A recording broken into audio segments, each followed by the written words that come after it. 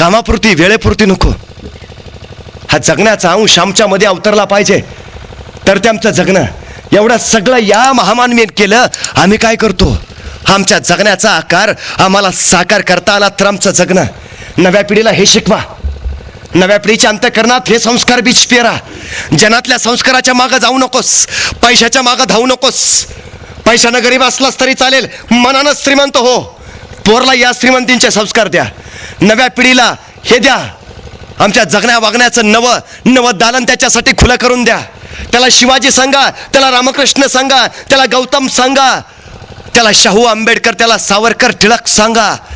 या सगळ्यातनं स्वतःच्या आयुष्याची ज्योत पेटवता येते आणि मग त्यातनं स्वतः जळून इतरांना उजळून काढण्याची प्रेरणा निर्माण होते.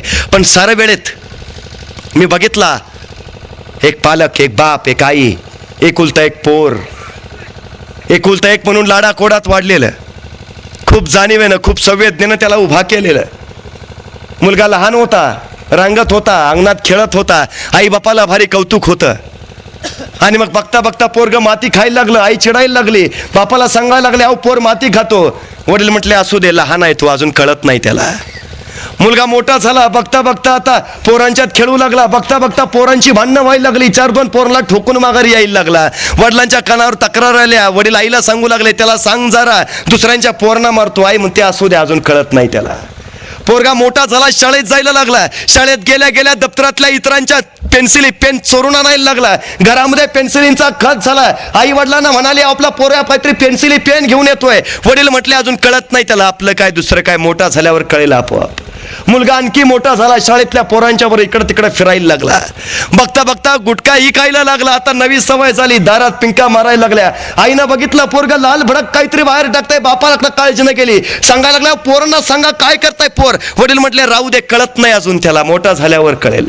पोरगा आणखी मोठं झालं, पोरांमध्ये हिंडायला लागलं. बघता बघता कुठंतरी एखाद्या कडेला पत्र्याच्या शेडमध्ये घुसायला लागलं. नको नको त्या प्यायला लागलं, दर्प यायला लागलं. आईला काळजी वाटायला लागली. आईने पुन्हा बापाला सांगितलं, पोरगा काहीतरी वेगळ्या मार्गाला गेलाय. वडील म्हटले, असू दे, पोरांच्या नादाने गेला असेल, अजून कळत नाही त्याला.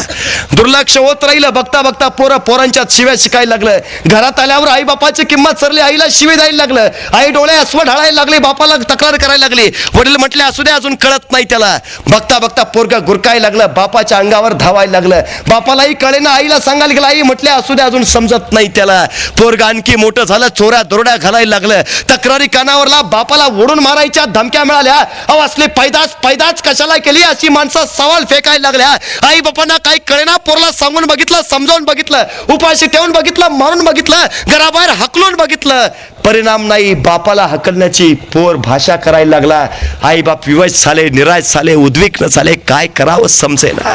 आई देवघरात बसायची, डोळा पुढे अस्व फक्त ढाळायची आणि त्या ईश्वरला विचारायची, असलं कशाला पोर माझ्या पत्रात घातलंस. अरे याच्यापेक्षा निपुत्रिक असते तर खूप बरं झालं असतं रे. बापानं बाहेर पडणं सोडून दिलेलं. आता घरात कोंडल्यासारखं असायचा. बाहेर गेलं की माणसं फक्त तक्रारी सांगायची. असली पैदास कशाला जन्माला घातली. अरे जलमल्या गळ्यावर पाय का नाही दिला याच्या. बापाला सुचत नव्हतं काय करावं. आतले आत जळत राहायचा. काय करावं समजत नव्हतं. हाताबाहेर पोर गेलेलं. आता कसं काय सरत राहिला. कोणी सांगून समजावून काही उपयोग नाही. डोकं आपटून घेण्याशिवाय काही पर्याय नाही. एवढाच फक्त हातात. दिवस चालतंय. एके दिवशी त्या बापाला काहीतरी वाटलं. पोराची तक्रार कानावर आली तसा बाप तिरमिरी तुटला. हातात एक खिळा घेतला, घराच्या भिंतीजवळ गेला आणि त्या भिंतीवर तो खिळा ठोकला. हातोडे मारत राहिला, ठोकत राहिला. जेवढा पोराबद्दल राग होता, द्वेष होता, तो सगळा खिळावर काढला. क्षणभर शांत झाला. तोपर्यंत दुसरी तक्रार कानावर आली. बापानं दुसरा खिळा घेतला, भिंतीवर ठोकला. ठोकत राहिला. राग सगळा काढत राहिला. तिसरी तक्रार, तिसरा खिळा. चौथी तक्रार, चौथा खिळा. पाचवी तक्रार, पाचवा खिळा. बापाला एक नवीनच उद्योग लागला. पोराची तक्रार कानावर आली की एक खिळा घ्यायचा आणि भिंतीवर ठोकायचा, बस. एक दिवस पोरगा दुपारचा घरात आला. आई पुढे उभा राहिला. आईवर गुरकावला, जेवायला वाढा दे. आई निमुटपणे गरीब गाईसारखी आत गेली, ताट करून बाहेर आली. पोराच्या पुढं ताट ठेवलं, पोरग जेवायला बसलं. जेवता जेवता घास गिळता गिळता पोराचं लक्ष शेजारच्या भिंतीकडे गेलं. भिंतीवर खिळ्यांच्या रांगा दिसल्या, सगळे खिळे टोकलेले, सगळी भिंत भरलेली. पोरं जेवता जेवता थांबलं. आईला विचारलं, काय तुमची डोकी बिकी फिरल्यात का काय? आईनं चमकून बघितलं. पोरने विचारलं, एवढ्या भिंतीवर खिळे कशाला ठोकलेत? अरे कपडे टांगायचे आहेत, काय करायचे तर 2-4 खिळे बस ना. अख्ख्या भिंतीवर खिळे कशाला ठोकले? भिंती जास्त झाल्यात का खिळे जास्त झालेत? आई निमुटपणे पोरला म्हटली, मला काय विचारतो? खिळे ठोकले तुझ्या वडिलांनी, वडिलांना जाऊन विचार. पोराचं जेवण झालं, पोरग उडून बापा पुढे गेलं. बापाला बोलायला लागलं, काय म्हातार चढ लागला काय? का मस्तक मस्तक फिरलं पार? कुणा पुढं बोलतोय भान नाही, काय बोलतोय जाण नाही. बापाला गुरकवायला लागला, अहो कशाला ठोकले खिळे एवढे? काय अक्कल बिक्कल घाण टाकली कुठं? का मेंदू ठोकलाय त्यात? बाप विवशपणे अस्वडाळत भिंतीला टेकून डोकं आपटत राहिला. पोर म्हणाला, तुम्हाला विचारतोय, ऐकू येतंय की नाही का भैरे झाला? अहो खिळे का ठोकले? तसा बाप उफाळला. अरे तुझे पाप आहेत, तुझी पाप. तुझी एक एक तक्रार कानावर आली की एक एक खिळा टोकलाय. तुझी दुसरी तक्रार कानावर आली की दुसरा खिळा टोकलाय. ही सारी सारी पाप आहेत तुझी. मला काय विचारतो?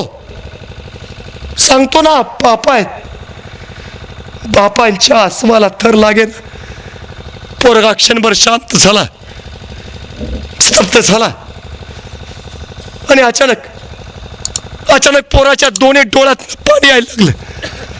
बघता बघता पोरग ढसा ढसा रडायला लागलं. बाबाच्या पायावर पडलं. बाबा पुढे गया वाया करायला लागलं. बाबा बाबा फक्त एक वेळ बाबा, फक्त सगळे खिळे काढा.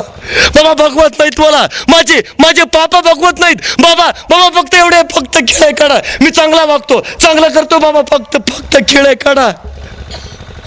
बाप तसाच शांत उभा राहिला. पोरानं पायावर डोकं ठेवलं. बाबा फक्त एवढी वेळ फक्त खिळे काढा. खरंच चांगला वागेन. बाप म्हणाला, रे पोर आमच्या कुशीत जन्माला आलाय, आमचं सगळ्यात मोठं पातक. अरे खिळे ठोकताना मी तुला विचारलं नव्हतं, पाप करताना तू मला विचारलं नाही. आता काय सांगतोस? पोरा मात्र रडत राहिला. बाबा फक्त एक वेळ नाहीत भगवत, पाप काढा खिळे.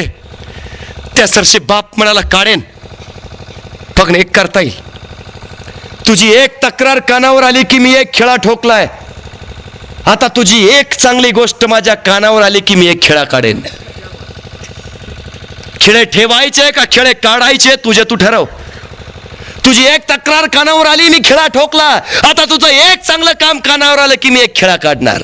त्या दिवसापासून पोरगा बदललं, अंतर्बाह्य बदललं. बघता बघता चांगलं करायला लागलं, चांगलं वागायला लागलं, चांगलं बोलायला लागलं, चांगल्या गोष्टी करायला लागलं. आणि सगळं एकरूप झालं. बघता बघता आता चांगल्या गोष्टी कानावर यायला लागल्या. बाप घराबाहेर पडला. माणसं आतरानं सांगायला लागली, तुमचा पोर होता म्हणून म्हातारी वाचली आमची. तुमचा पोर होता म्हणून मंदिराचं काम झालं. तुमचा पोर होता म्हणून कार्यक्रम चांगला झाला. तुमचा पोर होता म्हणून गाव सुधारलं. तुमचा पोर होता म्हणून एवढा कष्ट करताय. बापाला कानावर पडलं. एक एक खिळा निघत राहिला. एक दिवस उजाडला. भिंतीवर एकही खिळा शिल्लक नव्हता. त्या दिवशी पोर बापाच्या पुढं गेलं. हात जोडून बापा पुढं उभा राहिलं. डोळ्यात पाणी आणून बापाला सांगायला लागलं, बाबा बघा भिंतीकडं, एकही खिळा नाही बाबा, एकही खिळा नाही. सगळी चांगली कामं केली मी. सगळे खेळ निघाले बाबा. आता माझ्याबद्दल क्लिमिश नाही ना मनात तुमच्या? आता वाटतं ना तुम्हाला मी तुमचा चांगला मुलगा आहे? आता वाटतं ना तुम्ही ईश्वरला असं नाही ना सांगत, माझ्यासारखा पोर कशाला तुमच्या कुशीत घातला? बाबा अभिमान वाटतो ना माझा तुम्हाला? आता बघा ना बाबा, एकही वाईट काम नाही केलं मी, सगळी चांगलं केलीत. बाप तसाच स्तब्ध राहिला. पोरग आईकडे गेलं, आईच्या पायावर पडलं, डोकं आपटीत आईला म्हणायला लागलं, आई आता तू नाही ना म्हणत, निपुत्रिक असतीस तर बरं झालं असतं. आता तुला असं नाही ना वाटत मी तुझ्या पोटी का जन्माला आलो? सांग नाही, सांग ना, आता मी चांगला वागतो ना? बघ ना, भिंतीवर एकही खेळा शिल्लक नाही आई, सगळे खेळ निघाले, सगळी चांगली काम केली मी. आता मी तुझा चांगला मुलगा वाटतो ना? आई आई आई फक्त एकदा डोक्यावर हात ठेव ग, एकदा डोक्यावर हात ठेवून फक्त एकदाच म्हण मी तुझा मुलगा आहे. आई फक्त एकदाच म्हण, सगळी पाप धुतली जातील माझी. आई आई फक्त एकदा मस्तकावर हात ठेव ग. आई विवश तशीच राहिली. पोरग रडत राहिलं, गयावया करत राहिलं. आई फक्त एकदा माफ कर ग. त्या सरशी आई म्हणाली, अरे खिळे ठोकले तुझ्या वडिलांनी, खिळे काढले तुझ्या वडिलांनी, मग मला काय विचारतो? त्यांना जाऊन विचार ना. पोरग पुन्हा वडिलांकडे गेलं.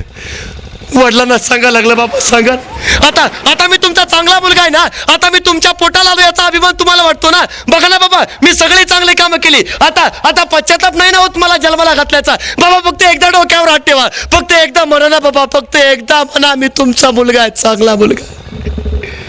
पायच्या कुशीत शिरला, ढसा ढसा रडला. आई सांग ना ग मन की. वडिलांच्या पायावर ढसळला. बाबा फक्त एकदा म्हणावं मी चांगला आहे. आणि त्या सरचे बाप उपाळला पेटला आणि पोरला म्हणाला, अरे कसं म्हणू? अरे पाप केलीस म्हणून खिळे ठोकले आणि चांगलं काम केलीस म्हणून खिळे काढले. अरे खिळे ठोकले सुद्धा आणि खिळे काढले सुद्धा, पण भिंतीवरची भोक तशीच राहिली ना, त्याचं काय करू?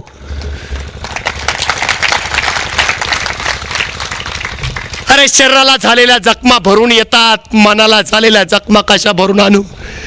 अरे याच बापाच्या अंगावर मारायला धावून आला होतास, कसं विसरू? त्या आईच्या पदराला हात घातला होता, कसं विसरू? त्या आईच्या अंगावर हात उगारला, कसं विसरू? अरे तुझ्या एक तक्रारी आल्या ना, त्यावेळी कानात गरे पडले, कसं विसरू? बाळा खिळे का ठोकताही येतात आणि खिळे काढताही येतात, पण पडलेल्या भोकांचं काय करायचं?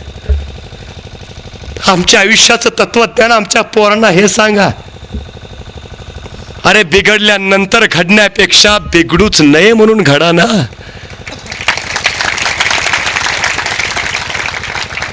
पाप करून पुन्हा पुण्य करण्यासाठी मंदिराच्या दारात जाण्यापेक्षा पाप करूच नका ना. खिळे ठोकून काढण्यापेक्षा खिळे ठोकलेच जाऊ नाहीत यासाठी काहीतरी जगा ना. कारण ज्याच्या आयुष्याची भिंत अशा बिना डागाची असते ना, त्या भिंतीवर ज्ञानाचा ईश्वर बसतो आणि कर्तृत्वाच्या अहंकाराचं हरण करायला चांगदेवाकडे जातो. आमच्या आयुष्याची तशी भिंत आम्हाला का उभारता येऊ नये? का त्याच्यावर ज्ञानोबा निवृत्ती सोपाना मुक्ताई बसू नये? अरे आयुष्याचं तत्वज्ञान ना होऊ द्या ना. आयुष्याची भिंत अशी, हे जगणं आहे, तिथं बिघडणं नाही, तिथं घडणं कुठलं? मग हे आयुष्याचं तत्वज्ञान आहे. हे आयुष्याचं तत्वज्ञान आम्हाला निर्माण करता आलं.